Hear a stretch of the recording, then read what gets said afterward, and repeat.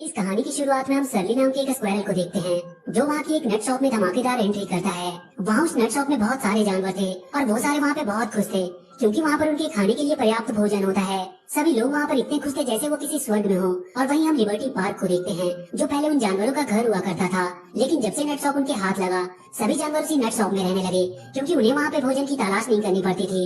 और इसीलिए सर्ली सहित सभी जानवर आलसी होते जा रहे थे, लेकिन एंडी सर्ली के साथ नहीं रहती थी क्योंकि वो एक समझदार और खुदगर्ज स्क्वायरल होती है जो बाकी के स्क्वायरल को समझाती है कि हम जंगली जानवर हैं और हमें फ्री का भोजन नहीं खाना चाहिए, हम अपनी मेहनत से भोजन ढूंढते हैं। इसके बाद एंडी उन स्क्वायरल को नट तोड़ना बताती है, लेकिन नट काफी स्ट्रॉन्ग होता है और इसीलिए वो नट तोड़ते हुए पेड़ से नीचे गिर जाती है। उस नट को तोड़ने में इतनी मेहनत देखकर सभी स्क्वायरल उस नट शॉप की ओर निकल जाते हैं। तभी वहाँ पर एंडी पहुँचती है तो सर्ली उसे खाने के लिए एक खास तरह की ब्राजील नट देता है, लेकिन एंडी उसे खाने से मना कर देती है क्योंकि वो नहीं चाहती थी कि सभी जानवरों की तरह वो भी आलसी हो जाए। एंडी सर्ली को समझाती है कि हम जानवर हैं और हम ऐसे नहीं खाते, हम खाना स्टोर करते हैं अपनी मेहनत से, लेकिन वो लोग यहाँ पर फ्री का खाकर आलसी हो गए हैं। वो सर्ली को वापस से पार्क में आने को कहती है और वहाँ से चली जाती है। इसके बाद हम उस शहर के मेयर को देखते हैं जो हमेशा अपनी प्रॉफिट कमाने की बात करता रहता था और इस बार उसकी नजर लिबर्टी पार्क पर होती है क्योंकि लिबर्टी पार्क प्राइम लोकेशन पर था और उसके सही इस्तेमाल से मेयर को काफी फायदा हो सकता था। वहीं एंडी सर्ली से काफी नाराज होती है क्योंकि जानवर अपनी पहचान खो रहे थे। वो विंटर के लिए भोजन स्टोर करने की बात तो दूर, जानवर आपस में मिलकर काम करना तक भूल गए थे। एंडी सर्ली को समझाती है कि ये सब हमेशा नहीं चलने वाला, एक दिन ये सब खत्म हो जाएगा। तो सर्ली मजाक में एंडी से कहता है कि तुम तो ऐसे कह रही हो जैसे नट शॉप अभी फट जाएगा। और जैसे ही सर्ली उससे ये बात कहता है नट शॉप सच में ब्लास्ट हो जाता है। ये देखकर सभी जानवरों के पैरों तले की जमीन खिसक जाती है। नट शॉप की तबाह होने पर सभी लोग भोजन को लेकर काफी दुखी होते हैं। तो एंडी उनसे कहती है कि चिंता मत करो, हम लोग पहले की तरह खाना ढूंढेंगे। लेकिन सर्ली कहता है कि किसी को भी खाना ढूंढने की कोई जरूरत नहीं, वो इससे भी अच्छा नट शॉप की जगह ढूंढेगा। और ये बात कहते हुए सर्ली अपने दोस्त बड़ी के साथ नए नट शॉप की तलाश में निकल जाता है। रास्ते में उसका दोस्त बड़ी उसे एक रेस्टोरेंट दिखाता है जिसे देखकर दोनों काफी खुश होते हैं, लेकिन उन्हें वहाँ कोई भी भोजन नहीं मिलता बल्कि उन्हें वहाँ पे बहुत सारी मुसीबतों का सामना करना पड़ता है। दोनों थक हार कर पार्क में जाने का डिसाइड करते हैं और अगली सुबह सर्ली लिबर्टी पार्क पहुँचता है जहाँ सभी जानवर सर्ली को देखकर काफी खुश होते हैं क्योंकि उन्हें लगता है कि सर्ली को खाना मिल गया होगा। लेकिन जब उन्हें पता चलता है कि सर्ली को खाना नहीं मिला तो सभी जानवरों में भगदड़ मच जाती है। तो एंडी उन्हें समझाकर वहीं पार्क में रहने को कहती है। वहीं वो मेयर लिबर्टी पार्क में आता है और मीडिया के सामने लिबर्टी पार्क को मेकओवर करने की बात करता है। वो उस पार्क को बदलकर लिबर्टी लैंड बनाना चाहता था। ये बात सुनकर सर्ली और एंडी काफी दुखी होते हैं और जब वहाँ की एक न्यूज एंकर उस मेयर से जानवरों के बारे में पूछती है तो मेयर उन जानवरों पे ज्यादा ध्यान नहीं देता क्योंकि उसे सिर्फ और सिर्फ अपना प्रॉफिट दिख रहा होता है। और बहुत जल्द वहाँ पे मेकओवर का काम शुरू हो जाता है जिससे उस पार्क के जानवर वहाँ से अपनी जान बचाकर भागने लगते हैं। तो सर्ली उन जानवरों को रोकता है और उन्हें इंसानों से लड़ने को कहता है ताकि वो लोग अपना घर वापस ले सके।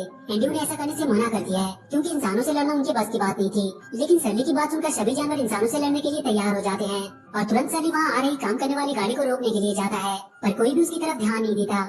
और इसी दौरान वो गलती से उस मशीन के नीचे आ जाता है तो वो मौका देखकर उस मशीन की वायर को काटने की कोशिश करता है जिसकी वजह से उसे करंट लग जाती है, लेकिन किसी तरह वो उस मशीन को बर्बाद करने में सफल रहता है। सर्ली के साथ उसके दोस्त भी वहाँ के एम्प्लॉय को काफी परेशान करते हैं और उनके सारे मशीन और उनके हाउस को वो लोग बर्बाद कर देते हैं।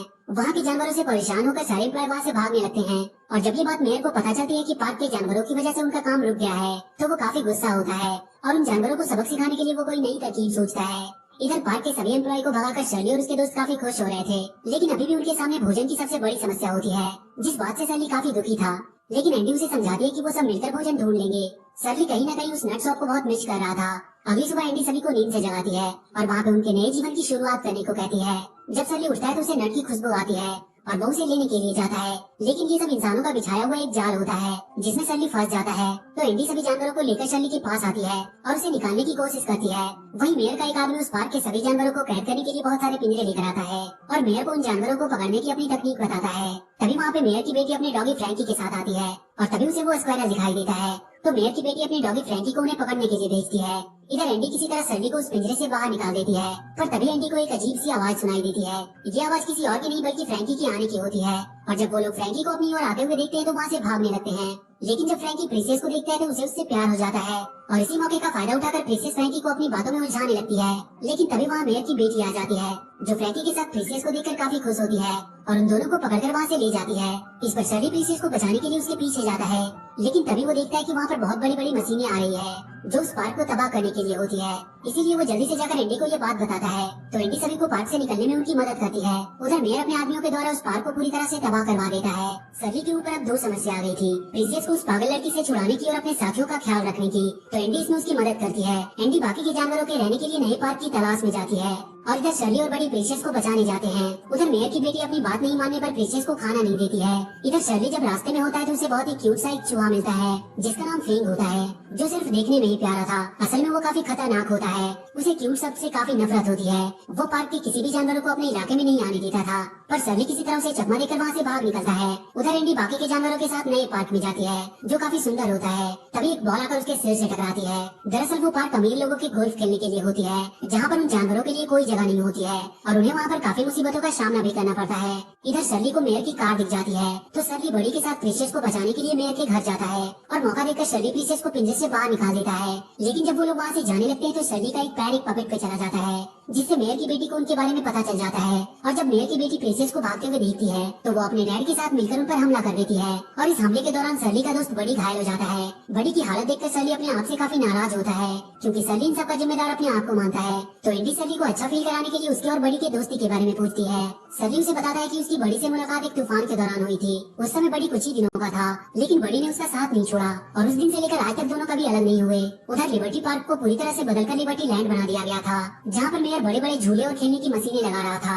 एंडी शर्ली से एक प्लान बनाने को कहती है, लेकिन शर्ली बड़ी को लेकर काफी परेशान था। तो एंडी शर्ली को समझाती है कि हम लोगों से नट शॉप छीन लिया गया और पार्क भी छीन लिया गया, लेकिन फिर भी वो सारे जानवरों ने उसका साथ नहीं छोड़ा क्योंकि उन्हें तुम पर विश्वास है कि तुम कोई ना कोई रास्ता निकाल ही लोगे। तभी वहाँ पर प्रिंसेस आती है जो बड़ी को पिंजरे से निकालने पर थैंक्स बोलती है और जैसे ही प्रिंसेस उसे लिक करती है बड़ी अपना हाथ हिलाता है। ये देखकर शर्ली प्रिंसेस को दोबारा लिक करने को कहता है और जैसे ही प्रिंसेस अपनी पूरी ताकत से बड़ी को लिक करती है बड़ी को होश आ जाता है। बड़ी को जिंदा देखकर सभी लोग काफी खुश होते हैं और इसके बाद वो लोग लिबर्टी पार्क को छुड़ाने का एक प्लान बनाते हैं। वहीं लिबर्टी लैंड की ओपनिंग होने वाली होती है। तभी वहाँ पर पार्क के सभी जानवर पहुँच जाते हैं और वहाँ पे वो लोग तोड़फोड़ मचाना शुरू कर देते हैं और वो सभी जानवर मिलकर लिबर्टी लैंड में काफी तोड़फोड़ मचाते हैं। जानवरों के तोड़फोड़ मचाने पर वहाँ एनिमल रेस्क्यू की टीम आ जाती है और उन जानवरों को कैद करने लगती है।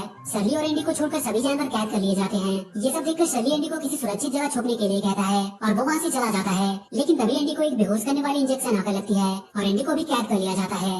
उधर शर्ली मिस्टर फेंग के इलाके में जाकर उनसे मदद मांगता है, लेकिन फेंग शर्ली से कहता है कि उसे पार्क के जानवरों से कोई लेना देना नहीं।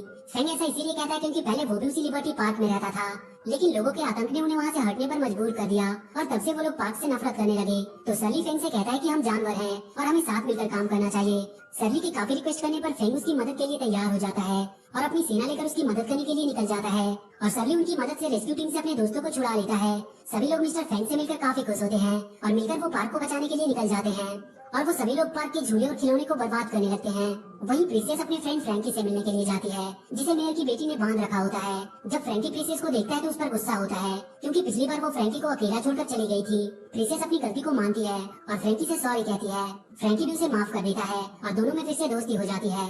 पर तभी एक एम्प्लॉय फ्रैंकी पर तीर से वार करता है, लेकिन प्रिंसेस उसे बचा लेती है और जब दोबारा वो एम्प्लॉय उन पर तीर चलाने जाता है तो शर्ली और एंडी मिलकर उसे काफी परेशान कर देते हैं, जिसकी वजह से उस एम्प्लॉय के हाथों मेयर की बेटी को तीर लग जाती है और तीर लगने की वजह से वो वहीं बेहोश हो जाती है।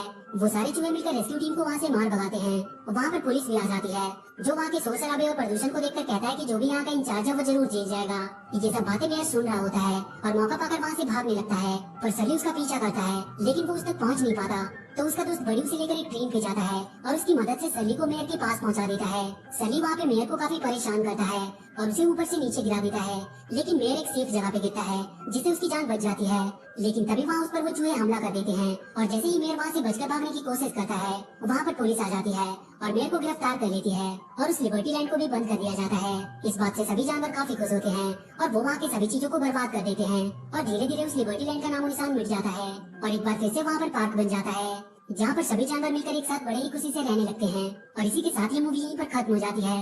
तो वीडियो अगर अच्छी लगी हो तो प्लीज डू लाइक एंड